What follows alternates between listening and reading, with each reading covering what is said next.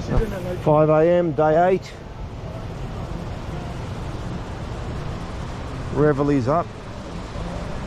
Everyone's getting things ready.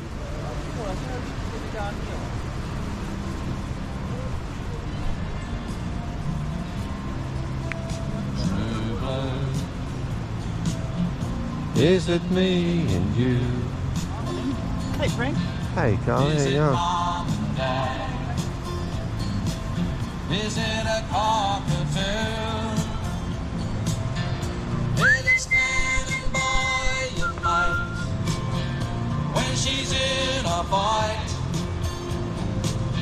Or just Vegemite? True blue,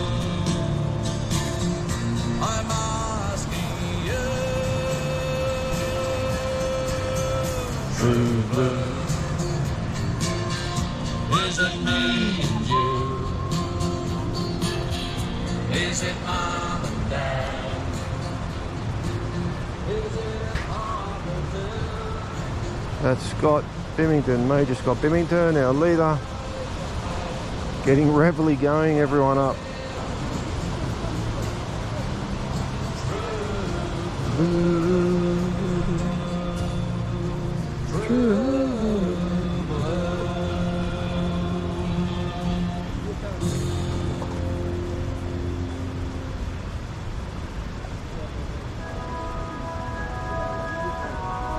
Oh, a bit of Dire Straits as well. That's right. Bit of Dire Straits as well.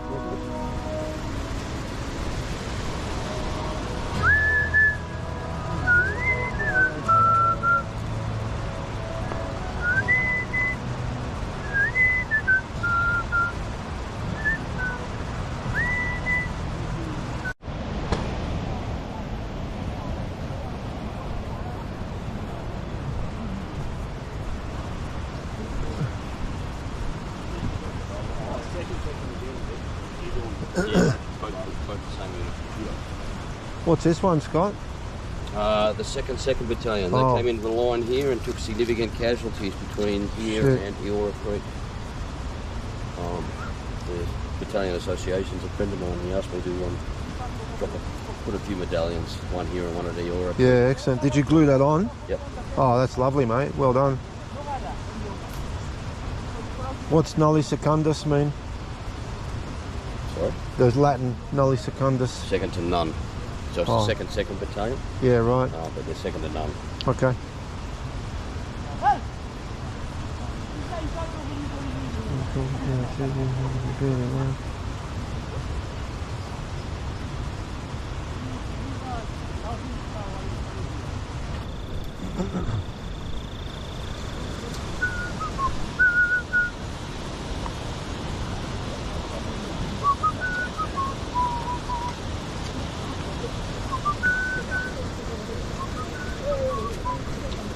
They've been fighting Japanese now for a number of weeks.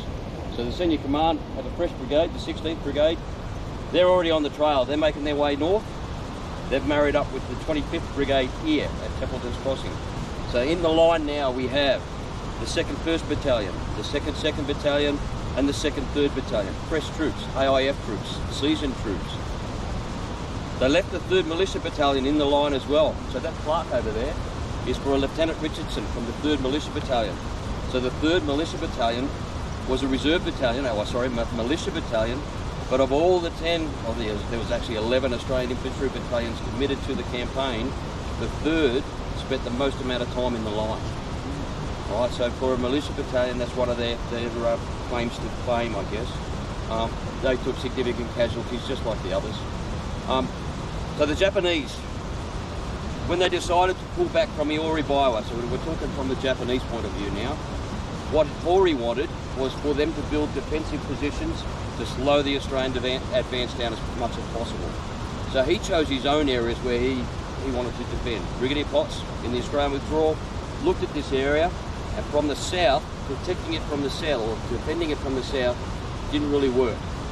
Because of the nature of the terrain and all that sort of stuff, and the fact that his 2 battalions that he had, the 2nd 14th and the 2nd 16th, had significant casualties, and they've lost a lot of their fighting force because they were shattered off the trail and they'll try to make their way back to get into the Australian position again to reform the battalions. So his fighting force was quite small. So Brigadier Potts, I'm not going to fight here. I'm going to pull back. So he pulled back to Brigade Hill because he knew he had another battalion coming in, the 2nd 27th. And that gave him 3 battalions at Brigade Hill rather than try and stand and fight here with 2 half battalions. Does that make sense? All right, so now we're talking Australian advance, Japanese withdrawal. Hori, when he was at Iori Biwa, got command from Tokyo to say, our priority of effort is now Guadalcanal. You need to make your way north. We're going to set up a beachhead at Gona and Buna and Sanananda. All right? But we need you to slow down the Australians as much as possible while we build that defensive position at Gona, Buna and Sanananda. So he built defensive positions here. The position that we were going to go to yesterday, the Japanese position, is just up in the high ground here. And why was it in the high ground?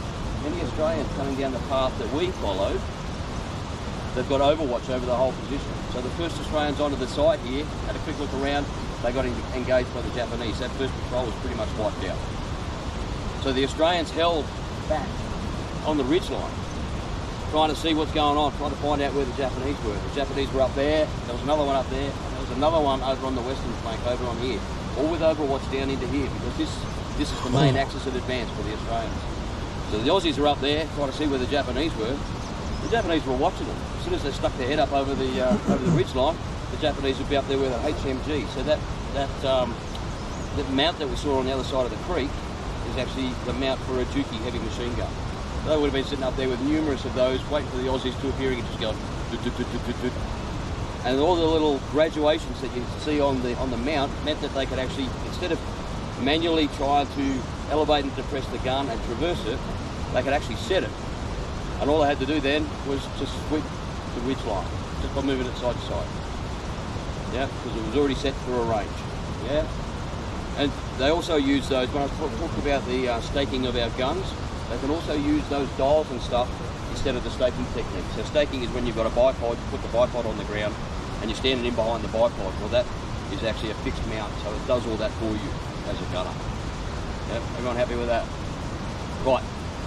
When we were at Myola, I told you just a couple of stories. One of those was about mortar bombs going off. This is where it started to happen. So there was mortar crews moving forward with their mortars. They started taking indirect fire from Japanese artillery pieces.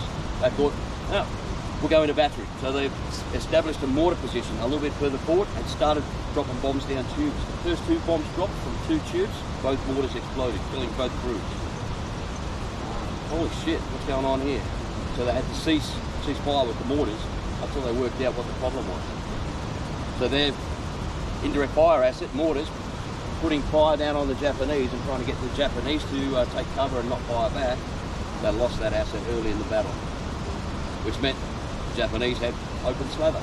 You know, when the Australians wanted to advance, the Japanese would just sit there, and by this stage, they'd actually cut down trees and all that sort of stuff. They'd dug positions, and they'd actually, so when you think of that machine gun mount, the way it is, it's pretty exposed. So you're up above the ground like this, yeah? Or you're standing in a foxhole from your waist down. So all around the back of you is exposed because of the nature of how that mount works. So they're cutting down trees and actually fortifying the positions up around, over the heads and the shoulders of the Japanese men, so that they could actually fire the machine gun without the risk of someone getting in behind them from 50 metres away and just going smack. Because they're now protected by logs that dug in and built fortifications because they had the time to do that. Which is why it took so long for the Australians to actually break down the defensive position here in order to keep advancing north to Eora Creek. This was just a delaying position, this one here. The one at Eora Creek was a lot more involved. It was the main defensive position. So when we get there, there is a defensive position that is overwatch over Eora Creek to the north. That's the one I wanted to try and get you guys up onto, because up there they had a 75mm mountain gun and 2 smaller weapons in support of that mountain gun with direct line of fire down onto Eora Creek. There's another position out to the west which was the main defensive position. It's about 800 metres out, but again a direct view down into Eora Creek, and with their weapons they could reach out and cover